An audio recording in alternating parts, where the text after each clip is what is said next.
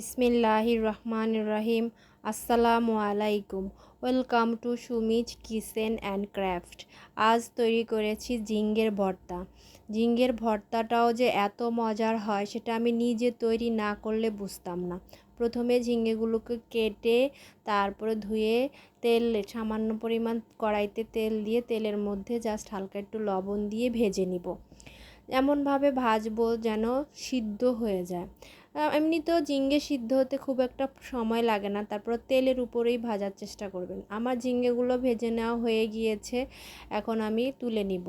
এরপর আমি অলরেডি তো লবণ দিয়ে নিয়েছি, লবণটা আমি পরে দেখে তারপরে দিব। এখন একটা মরিচ পেঁয়াজ হাতে ডলে সুন্দরভাবে ঝিঙ্গে ভর্তাটা বানিয়ে নিব।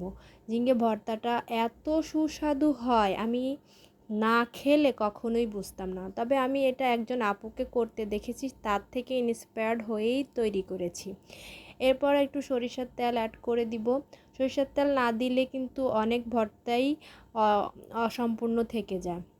কিন্তু আপু শুধুমাত্র এই পদ্ধতিতেই ভর্তাটা তৈরি করেছেন, কিন্তু আমি অন্য একটা পদ্ধতিতেও ভর্তাটা তৈরি করেছি।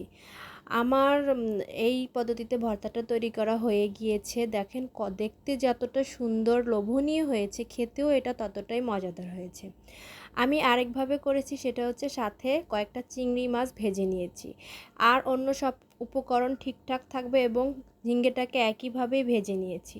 শুধুমাত্র কয়েকটা চিংড়ি মাছ ভেজে নিয়েছি। আমরা যেহেতু ঝিঙ্গে দিয়ে চিংড়ি মাছ রান্না করলে খুবই মজাদার হয়, তাই আমি ভাবলাম চিংড়ি মাছ দিয়ে ভর্তাটা করলে কেমন হয়। ঠিক যেমন ভাবনা তেমন কাজ। এই ভর্তাটা আরও দ্বিগুণ স্বাদ হয়েছে। চিংড়ি মাছটা দেওয়ার কারণে ঝিঙ্গের ভর্তাটা এতটাই সুস্বাদু হয়েছে যে আমার মেয়ে বলতেছে, মা এর থেকে স্বাদের বা এই ভর্তাটা হলে আর আমার অন্য কোনো কিছুর প্রয়োজন নাই। আর আমার হাজব্যান্ড বলল, এটা কি খাওয়া, মানে কি খাইলাম, এটা তো একটা অসাধারণ একটা জিনিস খাইলাম। সো আপনারাও সবাই ঝিঙ্গের ভর্তা যারা খেয়েছেন তারা তো খেয়েছেন, যারা খান নাই তারা অবশ্যই বাসায় একবার ট্রাই করবেন।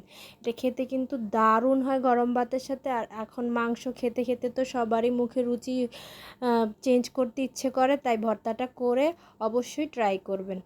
এই তো আমার ভর্তাটা প্রায় রেডি। একটু সামান্য সরিষার তেল অবশ্যই মিক্স করে দিব। এই তো সরিষার তেলটা মিক্স করে দিয়ে আমার চিংড়ি আর ঝিঙ্গের ভর্তাটা কিন্তু একদম রেডি। এই ভর্তাটা কিন্তু গরম ভাতের সাথে অসাধারণ লেগেছে। আজ এ পর্যন্তই। সবাই ভালো থাকবেন। আসসালামু আলাইকুম। আল্লাহ হাফেজ।